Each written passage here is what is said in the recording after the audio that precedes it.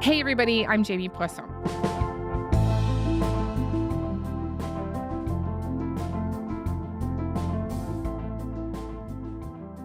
A constitutional challenge is underway in a BC Supreme Court right now that could impact drug laws nationwide.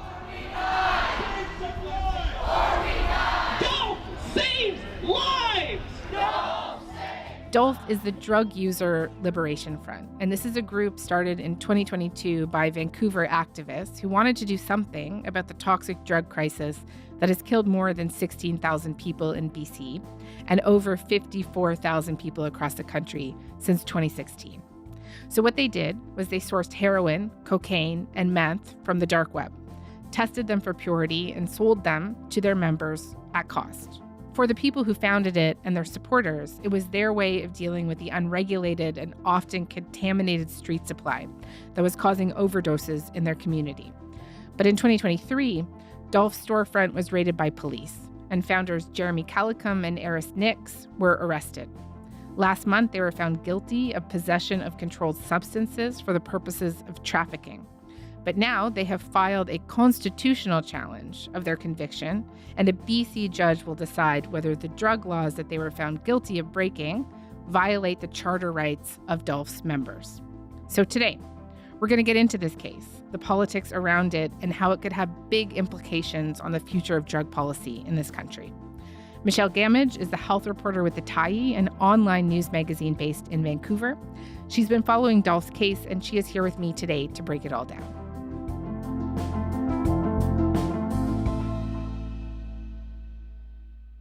Michelle, hey, it's great to have you on the show. Jamie, it's so good to be here.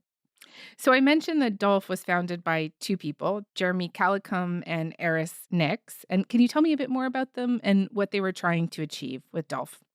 Yeah, sure. So they're two Canadians. Eris grew up in Ontario and Jeremy grew up here in BC.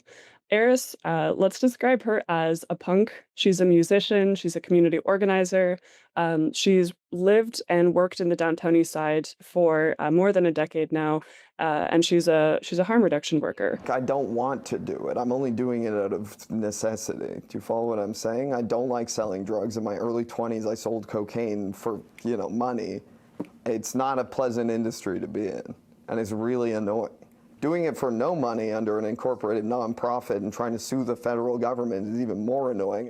She's tattooed, she's outspoken, she's a very fierce individual, and she's also getting her Master's of Science at the University of British Columbia. She's in her early 30s. Jeremy Calicum is a bit of a foil to her. He presents a bit more straight-laced. He wears button-down shirts. He's much more soft-spoken. He studied chemistry. He wants to be a doctor, and he was working as a drug checking technician at Substance, which is a drug checking project in Vancouver Island. He's in his late 20s. If it were to expand, what would the result be? What would the net change be? Obviously, there'd be less deaths, there'd be less overdoses, there'd be less of a tax on our healthcare system, less of a tax on policing. It'd also be a lot of money taken away from organized crime, because these are drugs that organized crime would otherwise be selling to these people at inflated prices. What we're doing right now. And the both of them were kind of watching this just unbelievable crisis unfold, and they were like, we have to do something because what is being done by the government isn't enough. Too many people are dying. And Eris, living in the downtown east side, has just spoken about it's not a hyperbole when she says that thousands of people in my neighborhood would die every year of overdose. Just the contamination of the supply, fentanyl being added, and that just means that it's incredibly difficult for someone who can only buy what's known as down, which is a combination of unknown opioids on the street. Dosing is incredibly difficult. So the kind of idea behind DOLF was that if people could know what they were taking, then they wouldn't risk overdose or death. You cannot recover someone if they have passed away. Someone cannot go to abstinence-based treatment if they are dead. Without the club, more money goes to the illicit market and organized crime. Without the club, overdoses go up. And so they decided to source heroin, meth, and cocaine. And the only way to do that in Canada is to source that illegally. And then they tested the drugs, working with various levels of government to do so, and then distributed those drugs to 47 Compassion Club members. Um, there are lots of legal medical options for people trying to avoid using street drugs that could be contaminated. There are things like methadone or hydromorphone or opioid agonist treatment. Health Canada can also grant exemptions to the Controlled Drugs and Substances Act, which they've done in the past. And so, why did Calicum and Nix feel that the only way forward was completely outside the system here, was buying and distributing these drugs the way that they did? Just tell me more about the rationale behind that. So it really boils down to people were still dying in huge numbers. So whatever was being done wasn't going far enough. So when people want to access opioid agonist therapy, or if they want to access a safer supply of prescribed alternatives, they have to go to a doctor or a clinician and work with that clinician and generally show up at a pharmacy every day to receive their medications. And so that works for some people, and for the people it works for, amazing, but it's not reaching everyone. Mhm. So calculations from the province say that a fraction, and we're talking about like less than 5% of people who could benefit from these programs are able to access them. And Calicum and Nix say that a lot of the reasons for that is just people can't either maybe don't want to work with the medical system. So maybe they have past trauma from working with doctors. Maybe they have fears that if they go to their doctor and say they use drugs, that their children could be taken away from them, for example. Mhm. Or showing up regularly at a pharmacy doesn't work for them. Maybe they live in a rural community and would have to travel several hours to be able to do this. And so Nix and Calico said, we have to try something that works outside of this to try and get the people who can't be helped by the current options.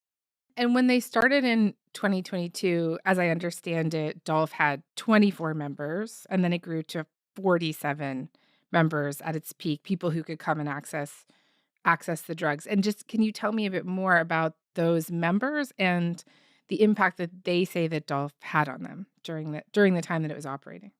Sure. So people generally lived in the downtown east side, and often by being able to come to the Compassion Club, they would be able to access, in a sense, community. They could talk with people who understood where they were. They could talk with people who could meet them where they were at. Eris talked in court about how this was often the first time someone got to speak with another human all day. And it just kind of introduced a sense of stability into a lot of people's lives.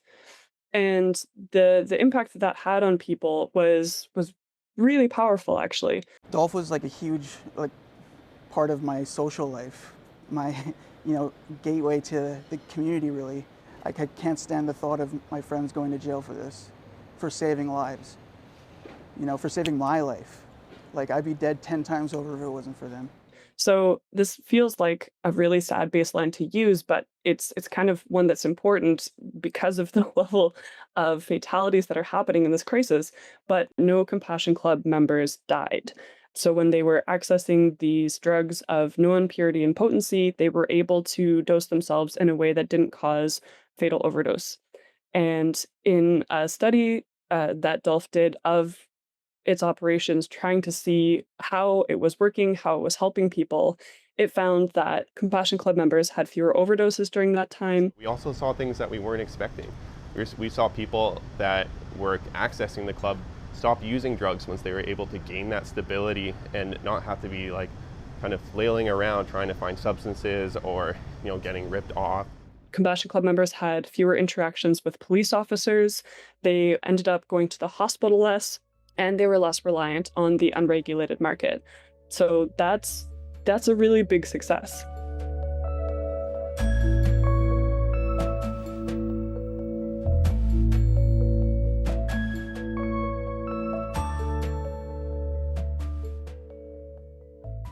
When they were getting started, what was Dolph's relationship like with the Vancouver Police Department? Did the police know that they were doing this? Because just to state the obvious here, like you obviously cannot buy heroin off the dark web and just sell it to people. Like that is illegal. Yes, so the police knew about this. Jeremy and Eris tried to work with all levels of government from the get-go. And so when they were loosely formed in 2020, and in that summer it was the first time that they were able to source cocaine. And this is before they moved to the dark web, so they were sourcing it in person, but they sourced cocaine, tested it, and then were able to distribute it for free at this protest. And they did about 3 more handouts that way, and there were no police arrests. Jeremy and Eris also went and spoke with the Vancouver police multiple times and explained what they were doing. And the police, they never went as so far as to say, we support what you're doing, but they did say, like, we see the intention that you have, we see the harm reduction that you are doing. Right. And am I right to say that they also had funding from the provincial government through Vancouver's local health authority, right? Yeah, so multiple levels here. So the federal government controls drug policy and drug laws. In the summer of 2021, they applied for a federal exemption under the Controlled Drugs and Substances Act from Health Canada, which would have given them permission to work with a pharmaceutical company so they didn't have to source drugs from the web. Health Canada said, no, we're not going to grant that to you. So the province can't necessarily give Dolph permission to do like buying or selling of drugs, but they're like, here's how we can support you because we see the benefit that you're having. So Vancouver Coastal Health, which is a health authority, and the First Nations Health Authority both supported Dolph. VCH supported them financially. They gave them $200,000 to do drug testing and to run an overdose prevention site. And they leased them a storefront for free in the downtown east side that they could run the Compassion Club out of. Couple other levels of government that were supporting them as well. We had the former leader of the BC Greens, Sonia Furstenau, and Vancouver City Council both voted in support of Health Canada granting them the exemptions. So they said, we see what you're doing, we see the harms it's reducing, and we support that part of it. Okay. So they're operating quite smoothly for about a year, as you've said, with support from some governments, the provincial government specifically, and then really like tacit support from the police department. And then in October 2023, police raid their storefront and they arrest Calicum and Nix. This group was knowingly, illegally trafficking in drugs. As a result, we took action to stop it. What changed that led to that raid? Yeah, so around August 2023, the winds shifted. So around that time, Dolph published research that showed its Compassion Club was working, and that seemed to catch the attention of BC United, which was BC's Liberal Party. They folded; they don't exist currently since then, but it caught the wind of BC United. Party leader Kevin Falcon was condemning they misattributed the Vancouver Coastal Health funds and said that the funds were being used to buy drugs. Supporting organized crime is not life-saving work. And this caught the attention of Conservative Party leader Pierre Poilievre, who called the Compassion Club a disgrace and condemned the BC NDP for giving hundreds of thousands of tax dollars to illegal drug dealers in addition to decriminalizing hard drugs. That was a quote from him. Mm-hmm. And at the same time, The Economist ran an article, like a feature about Dolph. They were by no means the first media outlet to do that. Almost everyone was writing about Dolph, but the Vancouver Police Department apparently saw that article, and that was the first time they learned that Dolph had a storefront, and so they were concerned that there might be copycats who also open storefronts to do this. We have always warned that anyone who violates the criminal code or the Controlled Drugs and Substances Act should expect to face enforcement. And so all of that kind of combined at the provincial level, there was criticisms about this Compassion Club and the NDP support. NDP pulled its support. Vancouver Coastal Health ended its funding. And shortly after that, the police moved in and arrested everyone. BC's premier hopes the raid sends a message to other groups operating illegally. Even though they were doing that important life-saving work, they were also breaking the law, and we can't have it.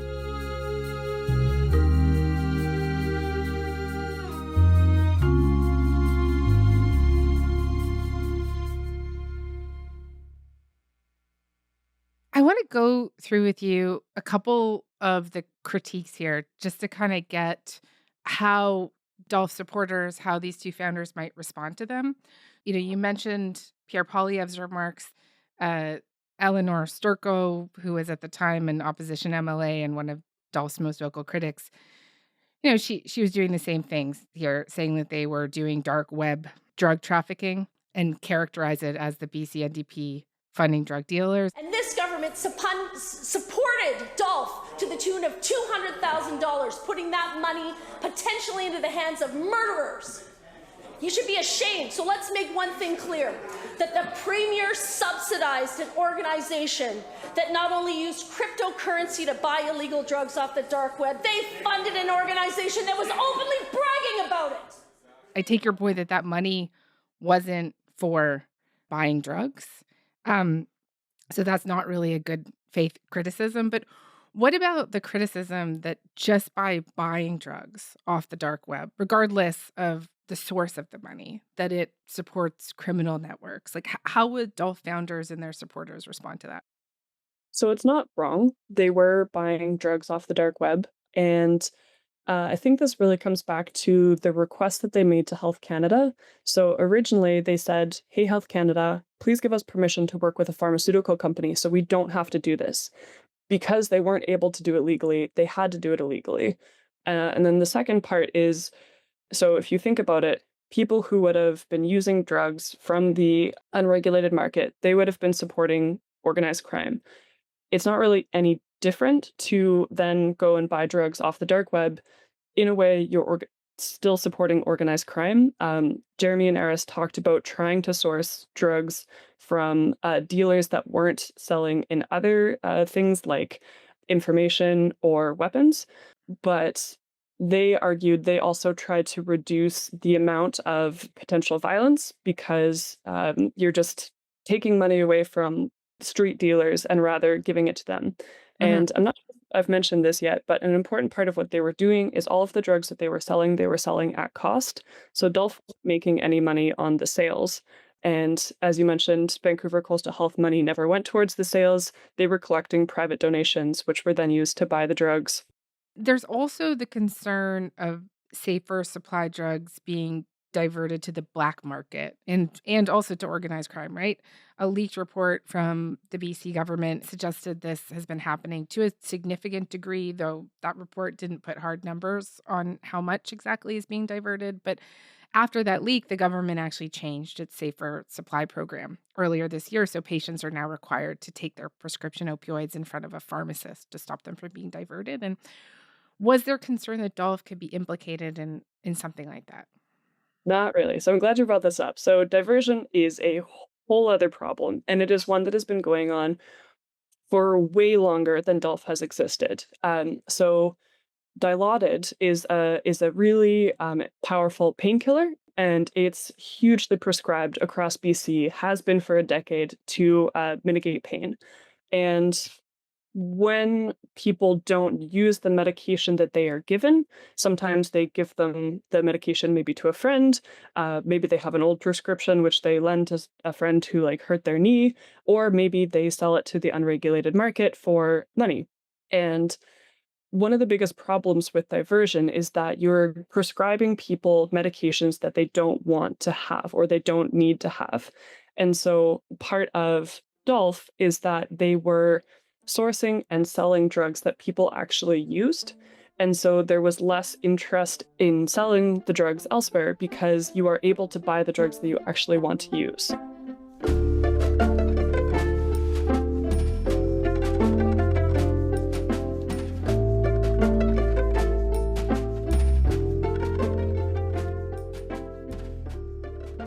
So in early November, Calicum and Nix were found guilty in a criminal trial. They had argued that their designation from the province as an overdose prevention site exempted them, but a judge ultimately found them guilty of 3 counts of drug possession for the purposes of trafficking.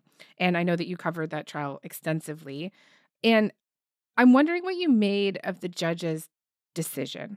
Because if you read it, it almost sounds like she is sympathetic to them and their cause. So I think the judge really was sympathetic to what Dolph was doing. And she talked about how Dolph's pilot project worked. And criticized even the backlash against Dolph a bit and called it the Dolph founders being hung out to dry. Mm. But that criminal case wasn't the opportunity for her to say, this crisis is really bad, we need to do something. It was the opportunity for her to say, were they trafficking or not? And Dolph has always been very open in the media. They have been trafficking. They were open to the federal government. We're going to traffic if you don't give us permission here.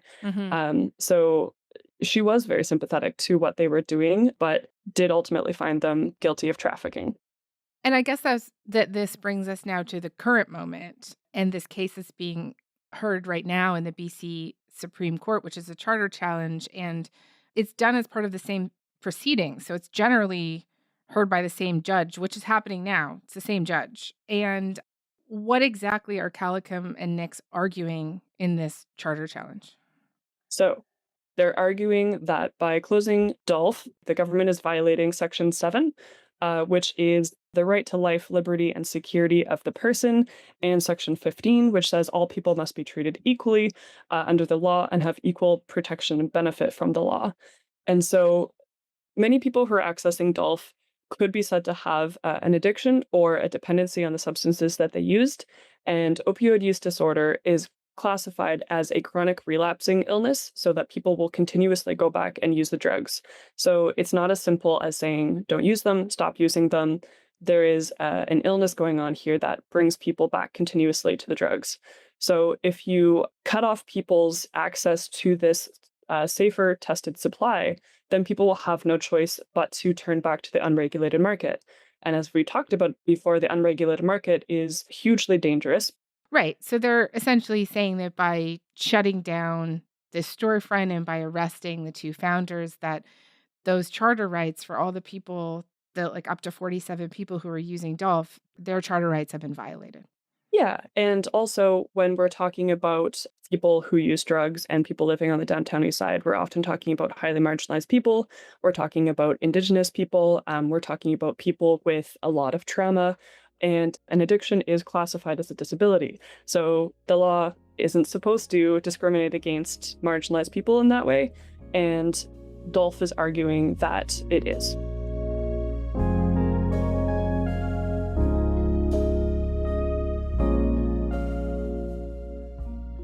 Michelle, how has the Crown been pushing back on the argument that this violates charter rights? How is the Crown saying that this doesn't violate the charter rights of Dolph members?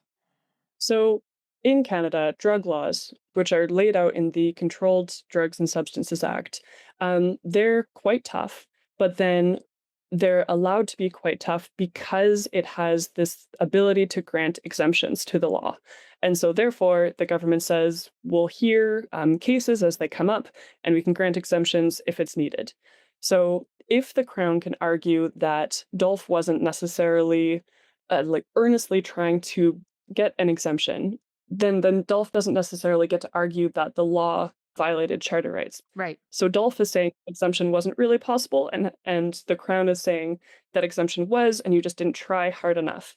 If Calicum and Nix are successful here, what would the implications be for Canadian drug laws? Just extrapolate this for me. Yeah, so really hard to say. So they were tried for trafficking with the intent for distribution, which is Section 5, subsection 2 of the Controlled Drugs and Substances Act.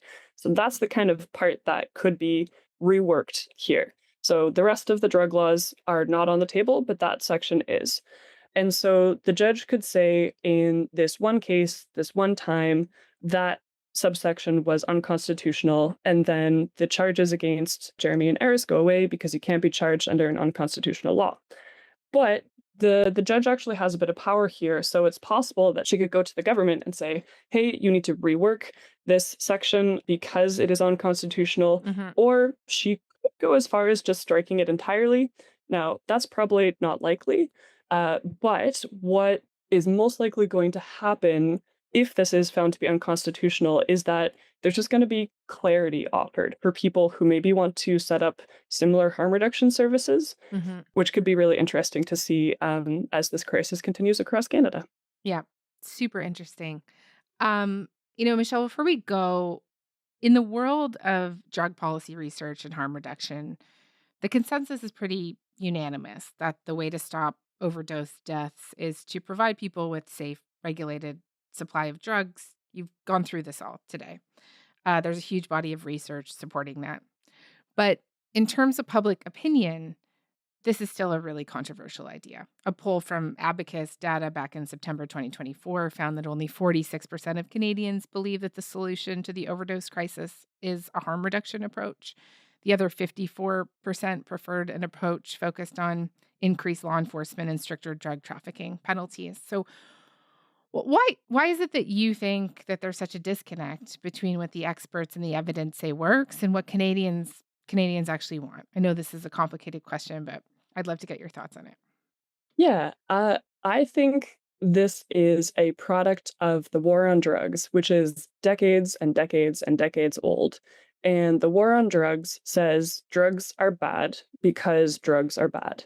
And for, I think, a lot of Canadians, they grew up hearing that. And that is a moral argument. And therefore, it's a moral failing to be using drugs.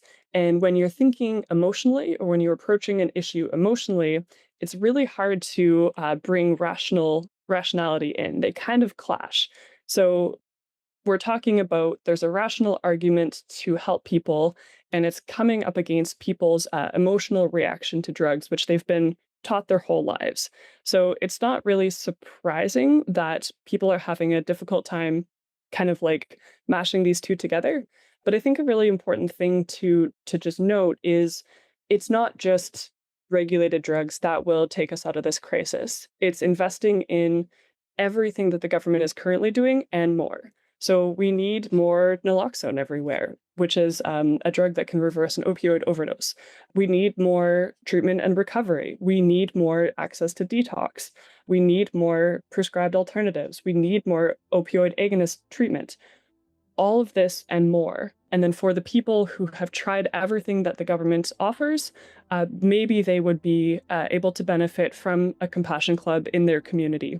And so it's not one or the other, it's everything and more. Okay. Michelle, thank you very much for this. Really appreciate it. Really good to be able to talk about this. Thank you so much, Jamie.